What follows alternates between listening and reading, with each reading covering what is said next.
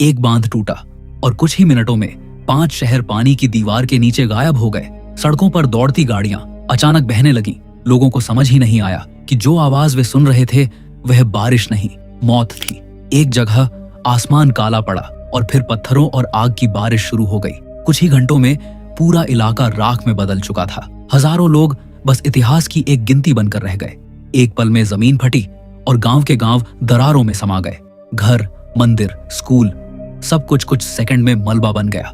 यह कोई फिल्मी कहानी नहीं है, यह इतिहास है। वो इतिहास जिसे पढ़कर भी रोंगटे खड़े हो जाते हैं। आज हम बात करेंगे इतिहास की सबसे भयानक आपदाओं की, जहां कभी प्रकृति ने अपना रौद्र रूप दिखाया तो कभी इंसान की एक छोटी सी गलती लाखों जिंदगियों पर भारी पड़ गई। और यकीन मानिए, जो आप आगे देखने वाले हैं वह सिर्फ घटनाएं नहीं हैं, वह चेतावनी है। क्योंकि सवाल सिर्फ इतना नहीं है कि तब क्या हुआ था, सवाल यह है अगर ऐसा आज हो जाए तो क्या हम तैयार हैं? तो चैनल को सब्सक्राइब जरूर कर लें, क्योंकि अगली कहानी शायद इससे भी ज्यादा डरावनी हो। नंबर 1, बनकियाओ बांध, चीन, 1975। चीन का हेनान प्रांत। बारिश हो रही थी, लेकिन यह साधारण बारिश नहीं थी। टाइफून नीना ने आसमान को ऐसे फाड़ दिया था मानो बादल टूट पड़े हों। बनकियाओ बांध, जिसे कभी इंजीनियरिंग का चमत्कार कहा गया था, पानी को रोकने के लिए बनाया गया था। लेकिन उस रात वही बांध मौत का दरवाजा बन गया। कुछ ही घंटों में बारिश सामान्य स्तर से कई गुना अधिक हो गई। बांध की क्षमता लगभग 30 सेंटीमीटर प्रतिदिन की वर्षा झेलने की थी, लेकिन वहां 1000 मिलीमीटर से ज्यादा पानी गिर चुका था। दबाव बढ़ता गया, चेतावनियां आई, लेकिन सिस्टम तैयार नहीं था। और फिर 8 अगस्त 1975 की रात बांध टूट गया। लगभग 62 बांध एक एक करके ध्वस्त हो गए। 30 फीट ऊंची पानी की दीवार 50 किलोमीटर प्रति घंटे की रफ्तार से शहरों और गांवों की तरफ बढ़ी। लोग सो रहे थे, उन्हें भागने का समय तक नहीं मिला। पूरा हेनान प्रांत पानी में डूब गया। गांव नक्शे से मिट गए, रेलवे लाइनें बह गईं, सड़कें गायब हो गईं। आधिकारिक आंकड़े लगभग 26,000 मौत बताते हैं, लेकिन कई स्वतंत्र रिपोर्टों के अनुसार यह संख्या 1.5 लाख से लेकर 2 लाख तक हो सकती है। और त्रासदी यहीं खत्म नहीं हुई। बाढ़ के बाद फैली बीमारियों और भूख से लाखों लोग प्रभावित हुए। करीब 1 करोड़ से ज्यादा लोग बेघर हो गए। सबसे दर्दनाक बात, यह सिर्फ प्राकृतिक आपदा नहीं थी, यह इंजीनियरिंग की कमी, गलत डिजाइन और आपात तैयारी की विफलता भी थी। जिस बांध को 1000 साल में एक बार आने वाली बाढ़ झेलने लायक बनाया गया था, वह 25 साल भी नहीं टिक पाया। इस हादसे ने दुनिया को एक कठोर सबक दिया। प्रकृति को कभी हल्के में नहीं लेना चाहिए, और तकनीक, जब तक इंसान सावधान है तब तक ही सुरक्षित है। लेकिन सवाल आज भी बाकी है, क्या आज के बांध सच में सुरक्षित हैं, या इतिहास फिर खुद को दोहराने की तैयारी में है? नंबर 2, पोम्पेई ज्वालामुखी विस्फोट, 79 ईस्वी में। जब रोमन साम्राज्य अपने चरम पर था, इटली का समृद्ध शहर पोम्पेई सामान्य जीवन जी रहा था। बाजार खुले थे, लोग अपने घरों में थे, बच्चे खेल रहे थे। लेकिन शहर के पास खड़ा माउंट वेसुवियस चुपचाप एक ऐसी तबाही की तैयारी कर रहा था जिसका अंदाजा किसी को नहीं था। 24 अगस्त 79 AD की दोपहर अचानक जमीन कांपी, आसमान काला पड़ गया और ज्वालामुखी विस्फोट के साथ 30 किलोमीटर ऊंचा राख और धुएं का स्तंभ उठ खड़ा हुआ। कुछ ही घंटों में जलते पत्थरों और राख की बारिश शुरू हो गई। पहले लोगों ने सोचा कि यह थम जाएगा, पर रात होते होते राख की मोटी परत शहर को ढकने लगी और सांस लेना मुश्किल हो गया। इसके बाद आया सबसे घातक चरण, सुपरहीटेड गैस और राख की लगभग 700 डिग्री सेल्सियस गर्म पायरोक्लास्टिक लहरें तेजी से शहर की ओर बढ़ीं, जिन्होंने कुछ ही मिनटों में सैकड़ों लोगों की जान ले ली।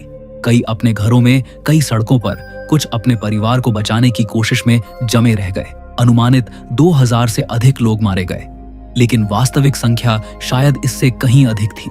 पूरा पोम्पेई लगभग 6 मीटर मोटी राख के नीचे दफन हो गया और सदियों तक दुनिया की नजरों से गायब रहा।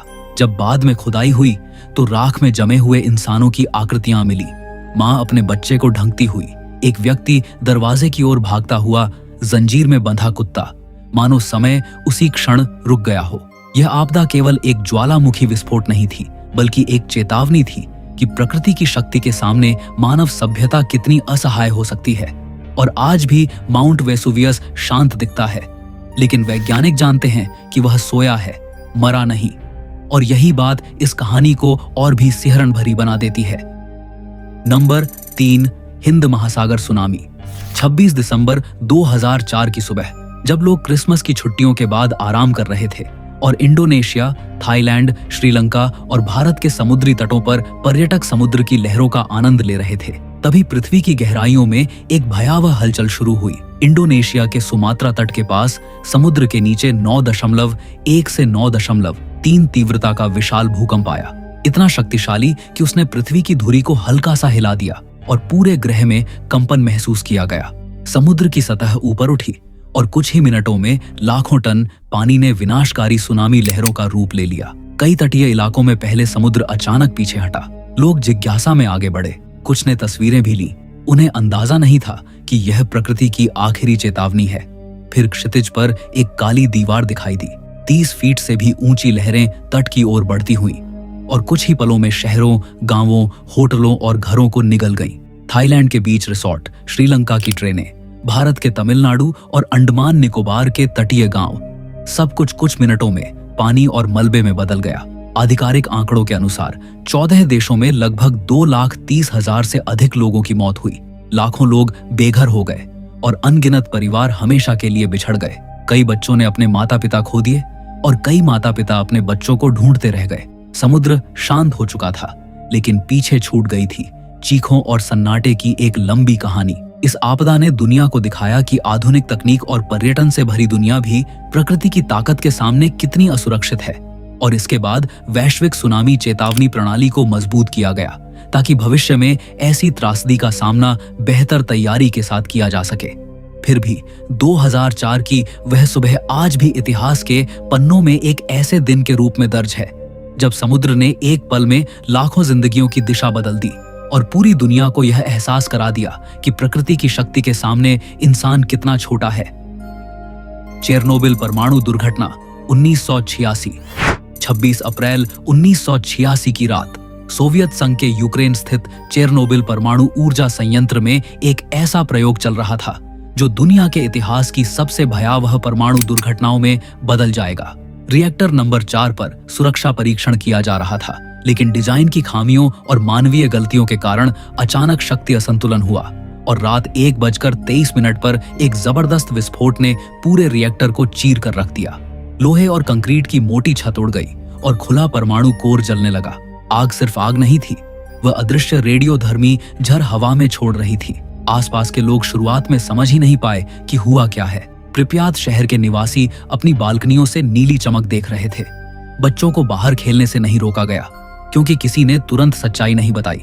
दमकल कर्मी बिना पूरी सुरक्षा के आग बुझाने पहुंचे और कई ने कुछ ही दिनों में तीव्र विकिरण के कारण अपनी जान गंवा दी।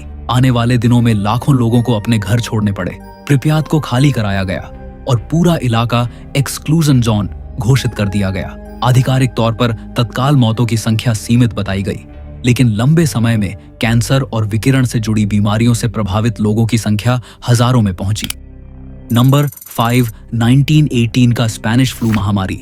1918 में जब प्रथम विश्व युद्ध अपने अंतिम दौर में था और दुनिया पहले ही खून खराबे और भूख से जूझ रही थी, तभी एक और अदृश्य दुश्मन ने इंसानियत पर हमला कर दिया, स्पेनिश फ्लू। यह इन्फ्लुएंजा महामारी इतनी तेजी से फैली कि कुछ ही महीनों में पूरी दुनिया इसकी चपेट में आ गई। सैनिक एक देश से दूसरे देश जा रहे थे, जहाज और ट्रेनें भरी हुई थीं और वायरस सीमाओं को पार करता हुआ हर महाद्वीप तक पहुंच गया। शुरुआत में इसे सामान्य फ्लू समझा गया, लेकिन जल्द ही हालात भयावह हो गए। लोग सुबह स्वस्थ दिखते और शाम तक तेज बुखार, नीले पड़ते चेहरे और सांस रुकने जैसी हालत में पहुंच जाते। अस्पताल भर गए, डॉक्टरों की कमी पड़ गई और कई जगहों पर लाशों को दफनाने तक के लिए लोग नहीं बचे। अनुमान है कि दुनिया की लगभग 1/3 आबादी संक्रमित हुई और 5 करोड़ से अधिक लोगों की जान चली गई। कुछ आकलन इससे भी ज्यादा बताते हैं। मास्क पहनने, सार्वजनिक स्थान बंद करने और क्वारंटीन जैसे उपाय अपनाए गए, लेकिन उस समय चिकित्सा विज्ञान सीमित था और वैक्सीन उपलब्ध नहीं थी।